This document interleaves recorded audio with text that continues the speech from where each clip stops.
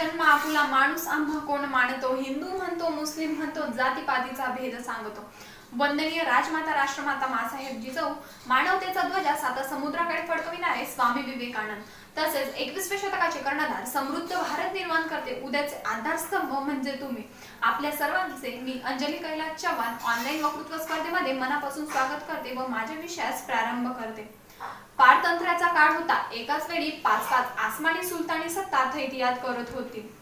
आया बहिणींची अब्रू गुढीला टांगली जात होती। शेतकऱ्यांना, कष्टकऱ्यांना, कामगारांना तर खुलेआम गुलाम बनवलं जात होतं। त्याच वेळी सध्याच्या बुलढाणा जिल्ह्यातील सिंदखेड राजे येथे राजे सिंदखेड वतनाचे 5000 माणसं, त्यातले लखोजीराव जाधव व त्यांची पत्नी म्हाडसाबाई यांच्या पोटी जिजाऊंचा जन्म झाला। कर्तृत्ववान पित्याचे पारतंत्र्याचे पोवाडे अगदी पाण्यात असल्यापासूनच जिजाऊंच्या कानावर पडू लागले। त्यामुळे पारतंत्र्याची जाणीव त्यांना वयानुसार व्हायला सुरुवात झाली। त्याचबरोबर लाचारी व खैतुरीच्या रोगांचा त्या मुळापासून तिरस्कार करू लागल्या। ज्या वयात मुलं हे बाहुल्यांचा खेळ मांडून संसाराची तालीम करण्यात दंग होतात, त्याच वयात जिजाऊ मात्र तलवारीची धार घट्ट पकडण्यात दंग झाल्या होत्या। लष्करी प्रशिक्षणासाठी लखोजींकडे हट्ट करणाऱ्या जिजाऊंना शूर वीरांच्या कथा ऐकून स्फुरण चढत होते, कारण त्यावेळची परिस्थिती अत्यंत भयंकर होती। आया बहिणींची अब्रू लुटली जात होती, मुलींचा खुलेआम लिलाव होत होता। स्वातंत्र्य म्हणजे काय हे विसरून गेलेला समाज अगदी लाचारीने, निमूटपणे सगळे अन्याय अत्याचार सहन करत जीवन जगू लागला होता। त्याहून दयनीय अवस्था तर शेतकऱ्यांची झाली होती, कारण पिकवावा आपण, कमनी मात्र बादशहाची भरावी, कष्ट करावे आपण, पोट मात्र दुसऱ्याचं भरावं। ही दयनीय अवस्था जिजाऊंकडून बघितली जात नव्हती। त्यांना या अन्याय अत्याचाराविरुद्ध लढणारा एक शूरवीर पुत्र त्या मातीमध्ये बघायचा होता। पुढे चालून शहाजीराजे भोसले यांच्यासह जिजाऊ यांचा विवाह 1605 साली संपन्न झाला। 2 तेजस्वी जीव एकत्र आले, पण तरी देखील जिजाऊंच्या त्या स्वप्नातली हिंदवी स्वराज्याची तेजस्वी पहाट अजूनही उगवलेली नव्हती। अखेर त्यांनी भवानी मातेला साकडं घातलं की एक तेजस्वी शूर वीर पुत्र, ज्यामध्ये स्वराज्य स्थापन करण्याचे सामर्थ्य असणारा एक वीर पुत्र माझ्या पोटी जन्माला घाल, कारण त्यांनी शहाजीराजेंची ओढाताण खूप जवळून बघितली होती। त्यांनी चालवलेली आदिलशाही, निजामशाही, मुघलशाही या सर्व शाहींमध्ये पराक्रम गाजवून देखील कुठेतरी अपूर्ण राहिलेलं दुय्यम स्थान जिजाऊंना भासू लागलं होतं। इत्यादी सर्व सत्ता असून देखील त्यामध्ये मान सन्मान नाही, रहितेचं कल्याण नाही, हे जिजाऊंना कुठेतरी भासू लागलं होतं। मुलाच्या जन्माच्या अगोदरच त्याचं ध्येय ठरवणाऱ्या कितीतरी माता आज समाजात शिल्लक आहेत की नाहीत मला माहित नाही, देव जाणे, पण त्या एका मातेनं ते सिद्ध करून दाखवलं। मुलाच्या जन्माच्या अगोदरच त्याचं ध्येय ठरवलं आणि ते ध्येय होतं स्वराज्य स्थापन करण्याचं। शतकानुशतके स्वराज्यावर होणाऱ्या अन्याय अत्याचाराला, गुलामगिरीला आळा घालणारा एक शिवपुत्र म्हणजे 17 जून 1630 रोजी शिवनेरी किल्ल्यावर एक शूरवीर पुत्र जन्माला आला। शिवरायांच्या जन्माबरोबरच हिंदवी स्वराज्याच्या पायाभरणीला सुरुवात झाली। मासाहेब जिजाऊ या शिवरायांच्या जन्मापासूनच शूरवीरांच्या गोष्टी कथा सांगत असत। त्या कथा पारतंत्र्यात सुरू होणाऱ्या तर स्वातंत्र्यात येऊन संपणाऱ्या असत। सीतेमातेचे अपहरण करणारा, दृष्ट रावणाचे वध करणारे प्रभू श्री रामचंद्र किती पराक्रमी होते।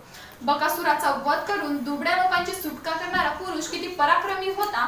अशा प्रत्येक पराक्रमी पुरुषाला मासाहेबांनी भगवंताचे स्थान दिले होते, तर स्वातंत्र्याला अंतिम ध्येयाचे स्थान दिले होते। पारतंत्र्याच्या काळात स्वातंत्र्य मिळवून देणे हे प्रत्येक पराक्रमी पुरुषाच्या आयुष्यातील ध्येय असते। ही शिकवण मासाहेबांनी शिवरायांना अगदी लहान वयापासूनच दिली होती।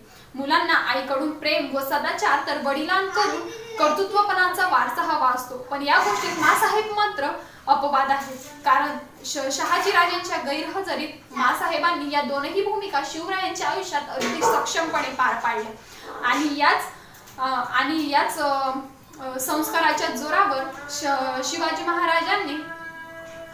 महाराजांनी हिंदवी स्वराज्याची स्थापना केली। शतकानुशतके होणाऱ्या अन्याय अत्याचाराला, गुलामगिरीला आळा घातला व हिंदवी स्वराज्य स्थापन केले। रायगडावरती शिवराज्याभिषेक झाल्यानंतर अगदी 12 दिवसांनी म्हणजे 17 जून 1634 रोजी मासाहेबांनी स्वतंत्र हिंदवी स्वराज्यात अखेरचा श्वास घेतला। मासाहेबांना माझे कोटी कोटी नमन. रायगडाच्या पायथ्याशी पाचड या गावी मासाहेब जिजाऊंची समाधी आहे. कधीतरी त्या समाधीला भेट द्या आणि एकदा तरी त्या समाधीवर आपले आपण नतमस्तक व्हा. कारण हिंदवी स्वराज्य स्थापन करणाऱ्या वीरपुत्राला जन्म देणारी रणरागिणी राजमाता राष्ट्रमाता मासाहेब जिजाऊ आपल्याला जीवन जगण्याचं बळ दिल्याशिवाय राहणार नाही. जय जिजाऊ, जय शिवराय, जय शंभूराज. संस्काराला माते तुझ्या जगी तोड नाही, संस्काराला माते तुझ्या जगी तोड नाही.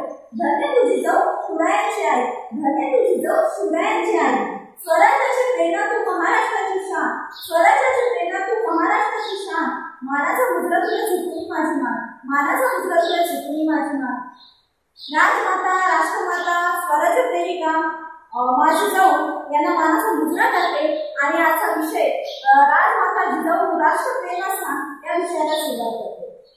राजमाता जिजाऊ यांचा जन्म सिंदखेडच्या बुलढाणा जिल्ह्यामध्ये विदर्भामध्ये झाला आणि त्यांचे शासन वेरूळ हे मराठवाड्यामध्ये होतं आणि त्यांनी त्यांचं आयुष्य घालवलं ते म्हणजे पुण्यामध्ये. त्या एक आदर्श पत्नी, आदर्श माता आणि आदर्श गुरु होत्या. त्या शिवाजी महाराजांच्या पहिल्या गुरु होत्या.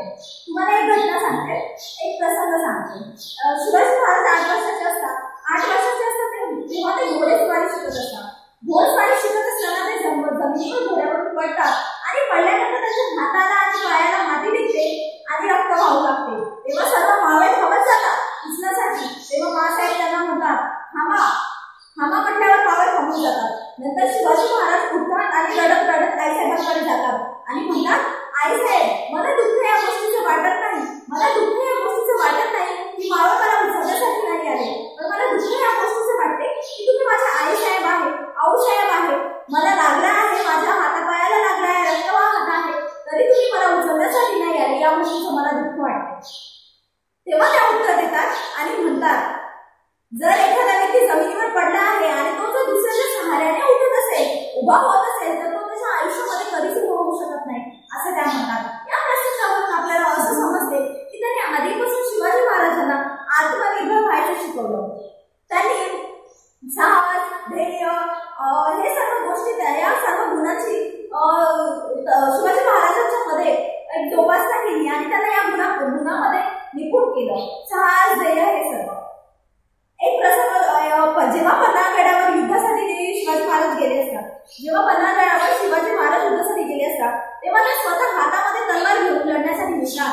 तेव्हा नेताजी पानगड त्यांना म्हणतात की आऊसाहेब, जोपर्यंत आम्ही आहोत तोपर्यंत तुमची तसदी न घ्यावी असं म्हणून त्यांना थांबवून देतात आणि त्यांना साथी घालतात.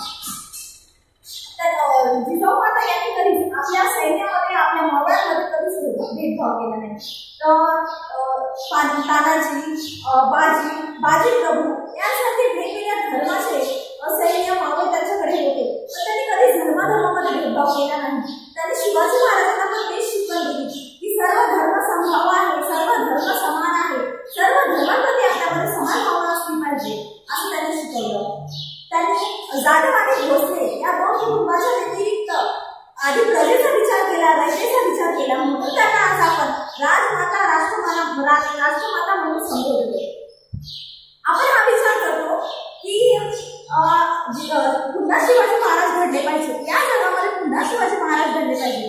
पण आपण हे विचारतो की त्यासाठी जर आपल्याला आधी शिवाजी महाराज घडवायचे असेल तर त्याआधी आपल्याला जिजाऊ घडवणे आवश्यक आहे आणि पुन्हा जिजाऊ घडणे अशक्य आहे. त्याचप्रमाणे पुन्हा शिवाजी घडणे, शिवाजी महाराज घडणे हे सुद्धा अशक्य आहे.